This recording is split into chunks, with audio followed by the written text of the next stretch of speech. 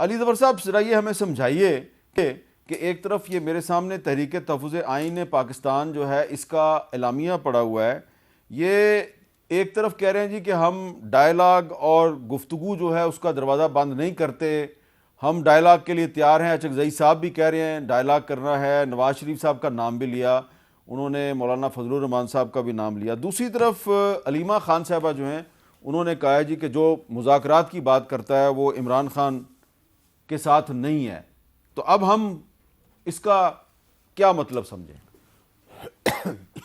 دیکھیں، آخری جو ملاقات ہوئی تھی اور پیغام آیا تھا خان صاحب کی طرف سے جیل سے، وہ تو یہی تھا کہ اچکزئی صاحب جو ہیں، جو اس وقت لیڈ کر رہے ہیں الائنس کو، وہ فیصلہ کریں گے کہ مذاکرات کرنے ہیں یا نہیں۔ پی ٹی آئی کا کوئی بھی شخص جو ہے وہ مذاکرات کی کوئی کوشش نہیں کرے گا۔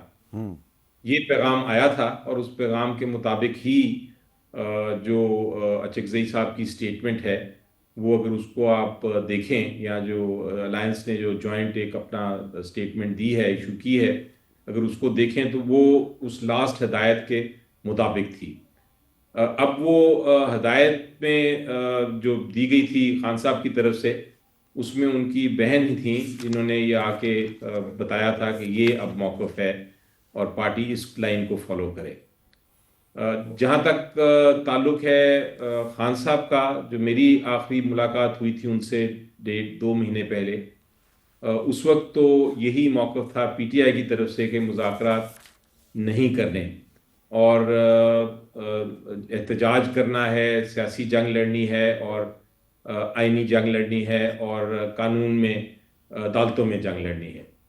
لیکن اس کے بعد چونکہ ملاقات نہیں ہوئی اور بعد میں جو پیغام آیا اس میں اچکزئی صاحب کا رول دیا گیا تھا کہ مذاکرات کی بات ہے یا کسی بات چیت کی گنجائش ہے تو وہ وہی فیصلہ کریں گے۔ ان کی سٹیٹمنٹ پھر اپنی جگہ بجا ہے، لیکن اس کے ساتھ ساتھ پی ٹی آئی کا کیا موقف ہے اس پوائنٹ پہ، وہ صرف تب ہی بتا سکیں گے جب خان صاحب سے ملاقات ہوگی۔ اچکزئی صاحب نے بھی جو سٹیٹمنٹ دی ہے اس کے اوپر بھی ایک بڑی اہم شرط رکھی ہے انہوں نے، اور وہ یہی کہا ہے کہ خان صاحب سے اس میں ملاقات کرنے دیں، جس سے تاثر یہ ملتا ہے کہ جو ان کا بھی مذاکرات کا ایک یا ڈائلاگ کا یا جو انوائٹ کیا انہوں نے دوسری سیاسی جماعتوں اور لیڈران کو کہ آپ اس میں انوالو ہوں، وہ سبجیکٹ ٹو یعنی کنڈیشنل ہے کہ خان صاحب کیا اس پہ کہتے ہیں۔ ٹھیک ہے، تو یہ اس کو میں اس طرح اسیس کرتا ہوں فی الحال اس ساری سچویشن کو۔ اس کے ساتھ ساتھ آپ کو یہ بھی معلوم ہے کہ ایک پولیٹیکل کمیٹی بھی بنی ہے پی ٹی آئی کی، اور وہ ابھی فائنل تو کرنی ہے خان صاحب نے، لیکن فی الحال وہ ایگزسٹ کر رہی ہے، تو ایک فیصلہ وہاں سے بھی آنا چاہیے۔ اس کا بھی انتظار ہے کہ وہ اس کے اوپر کیا موقف رکھتے ہیں، تو پھر یہ ساری چیزیں جیل ہوں گی۔ ابھی آپ یقینی طور پہ یہ کہہ سکتے ہیں کہ تھوڑا سا گیپ ہے، لیکن اگر اس کو میں نے ایکسپلین کیا، اگر آپ اس طرح دیکھیں تو ایک راستہ ہے میری نظر میں۔ میں تو ہمیشہ یہ کہتا ہوں کہ کسی نہ کسی قسم کا راستہ نکالنا ہے، اور شاید ڈائلاگ ایک الٹیمیٹلی فائنل راستہ وہی ہے۔ تو اگر اس پہ الائنس نے کوئی ایسا موقف اختیار کیا ہے تو اس کو ہمیں آگے لے کے چلنا چاہیے۔ جی ڈاکٹر طارق فضل چودھری صاحب، خواجہ سعد رفیق صاحب نے جس جگہ پہ گفتگو کی وہاں پہ رانا ثناء اللہ صاحب بھی موجود تھے، اعظم نذیر تارڑ صاحب بھی موجود تھے، اور وہ کہہ رہے ہیں جی نواز شریف صاحب ہمارے بڑے ہیں اور ان کو رول پلے کرنا چاہیے۔ آپ نے وہ ان کا بیان بھی سن لیا ہے، تو آپ کو لگتا ہے کہ نواز شریف صاحب کو اچکزئی صاحب بھی کہہ رہے ہیں کہ رول پلے کریں اور سعد رفیق صاحب بھی کہہ رہے ہیں رول پلے کریں، تو آپ کے خیال میں وہ کیا رول پلے کر سکتے ہیں؟ نہیں صاحب، اس میں تو کوئی دو رائے نہیں ہے کہ میاں نواز شریف صاحب جو ہیں وہ جس پائے کے لیڈر ہیں، 3 دفعہ ملک کے پرائم منسٹر رہے ہیں، 3 دفعہ پنجاب کے چیف منسٹر رہے ہیں، تو جو تجربہ ان کے پاس ہے اور جو آپ یہ کہیں گے کریڈیبلٹی ان کے پاس ہے، وہ تو پاکستان میں کوئی ان کے پائے کا لیڈر اور نہیں ہے۔ اور جو ان کے رول کی ادا کرنے کی بات کی گئی ہے، تو میں یہ عرض کروں کہ خدا نہ خواستہ کو میاں نواز شریف صاحب نے سیاست سے ریٹائرمنٹ نہیں لی، ہی is very much in the game. ابھی کل مجھ سے پوچھا انہوں نے کہ اسلام آباد میں جو بلدیاتی الیکشنز کے حوالے سے کیا معاملات چل رہے ہیں اور کیا اسٹریٹجی پارٹی کی ہے اور تفصیلات انہوں نے لی.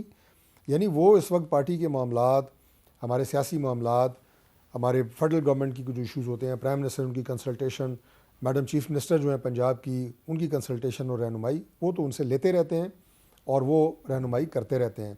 باقی جس رول کو ادا کرنے کی بات کی گئی ہے، یقیناً وہ رول ادا کر سکتے ہیں، اس میں کوئی دو رائے نہیں ہے. وہ ملاقات کروا سکتے ہیں اچکزئی صاحب کی اور عمران خان کی؟ دیکھیے یہ تو بہت چھوٹی بات ہے، اس کے لیے تو میاں نواز شریف صاحب کا رول جو ہے وہ اس سے بہت بڑا رول ہے. اور جو میں نے بات کی کہ اس میں وہ بالکل رول ادا کر سکتے ہیں.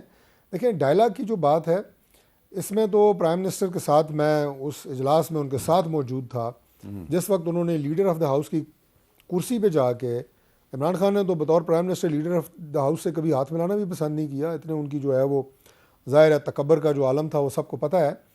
لیکن پرائم منسٹر شہباز شریف صاحب لیڈر آف دی ہاؤس کی کرسی پہ جا کے ان سے کہتے ہیں، اس میں اپنا بیرسٹر گور وغیرہ اور اسد کیسر وغیرہ بھی اس وقت وہاں موجود تھے، آئیں بیٹھ کے بات کرتے ہیں اور یہی واحد راستہ ہے.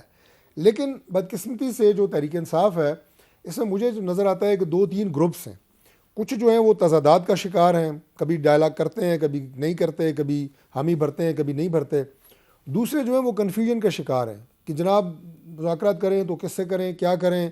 اور تیسرے جو ہیں وہ انہوں نے ایک غیر سیاسی انتشار کا اور فتنے کا راستہ جو ہے وہ اختیار کیا ہوا ہے، اور ان کی تعداد ان کی پارٹی میں سب سے زیادہ ہے.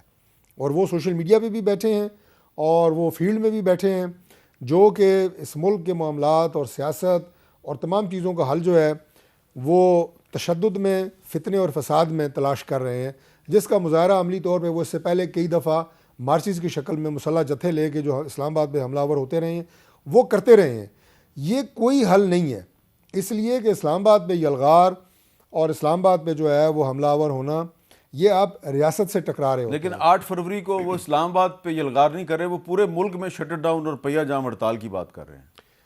دیکھیں ان کی شٹر ڈاؤن اور پہیہ جام ہڑتال تو ان کی کامیاب اس وقت ہو کہ اگر ان کے بیانیے کے اندر کوئی پبلک انٹرسٹ کی کوئی چیز ہو، سوائے توڑ پھوڑ کے اور سوائے جو ہے وہ نفرت پیدا کرنے کے اور قوم کو تقسیم در تقسیم کرنے کے کوئی ایسی چیز نہیں ہے جو عمران خان نے اپنے 4 سالہ دور اقتدار میں قوم کو دی ہو یا ابھی کوئی رہنمائی قوم کی وہ کر رہے ہوں. آپ یہ دیکھیں کہ ان کا تمام تر جو سیاسی سفر نہیں ہے، یہ غیر سیاسی راستہ ہے. دیکھیں جو پولیٹیکل پارٹیز ہوتی ہیں، آپ اپنے بات کی ابھی اچکزئی صاحب کی، آپ نے ان کا کلپ چلایا، وہ کبھی کبھی وہ بھی انتہا پسندی کی بات کرتے ہیں، لیکن وہ ایک پولیٹیکل پرسنالٹی ہیں. اب انہوں نے کھل کے بات کی ہے. اب اس میں کوئی، میں سمجھتا ہوں کہ جس نے بھی ان کی یہ بات سنی ہوگی کہ وہ ہمیشہ یہ بات کرتے ہیں کہ جی بڑے بیٹھے ہیں، بڑے مینز جو سینئر پولیٹیکل لیڈرشپ ہے وہ بیٹھے، تو ان کے قد کاٹ میں اضافہ ہوتا ہے، لوگوں کو ان کی گفتگو میں سنجیدگی نظر آتی ہے، یہ کوئی حل چاہتے ہیں اور حل ہونا چاہیے. دیکھیں اس وقت قوم کو یکسو کرنے کی، اکٹھا کرنے کی ضرورت ہے. پوری دنیا میں آج اللہ کے فضل سے پاکستان کا نام جو ہے وہ آگے بڑھ رہا ہے. آج جو واشنگٹن پوسٹ میں آرٹیکل آیا ہے وہ یقیناً آپ نے پڑھا ہوگا، یعنی جنوری 2025 میں پاکستان کے تعلقات امریکہ کے ساتھ اگر صرف اس کی بات کریں تو کیا تھے، آج دسمبر 2025 میں وہ تعلقات کیا ایک آرٹیکل واشنگٹن پوسٹ میں کل بھی شائع ہوا تھا. چھوڑ دیں، واشنگٹن پوسٹ میں مختلف قسم کے نہیں. آرٹیکل دیکھیں شائع ہوتے رہتے ہیں. جو اس میں باتیں اس میں حقیقت کل والے پہ مبنی آرٹیکل ہیں. میں کہا گیا کہ جو سویلین لیڈرشپ ہے وہ اپنی سپیس کھوتی جا رہی ہے. آج کے آرٹیکل میں انہوں نے کہا ہے کہ پاکستان کا نام دنیا میں بلند ہو گیا ہے. بلند ہو گیا، اس میں کوئی دو رائے ہیں، اس میں کوئی شک کی بات نہیں ہے. ٹھیک ہے. آپ کے جو آج تعلقات امریکہ سے ہیں وہ بہت بہتر ہو گئے ہیں. فورن ایکسچینج ریزروز آج 21 ارب ڈالر تک پہنچ گئے ہیں، جو کہ اچھی بات ہے. اچھی خبریں ہیں ساری. اسی لیے میں کہہ رہا ہوں کہ اس میں قوم کے اندر جو اس وقت پاکستان تحریک انصاف اور عمران خان کی جو لیڈرشپ ہے، اور ابھی علیمہ خان صاحبہ کی جو بات سن رہی تھیں، آپ سنا رہے تھے ابھی، کہ جس نے مذاکرات کی بات کی وہ تحریک انصاف کا ہے ہی نہیں، اس کا عمران خان سے کوئی تعلق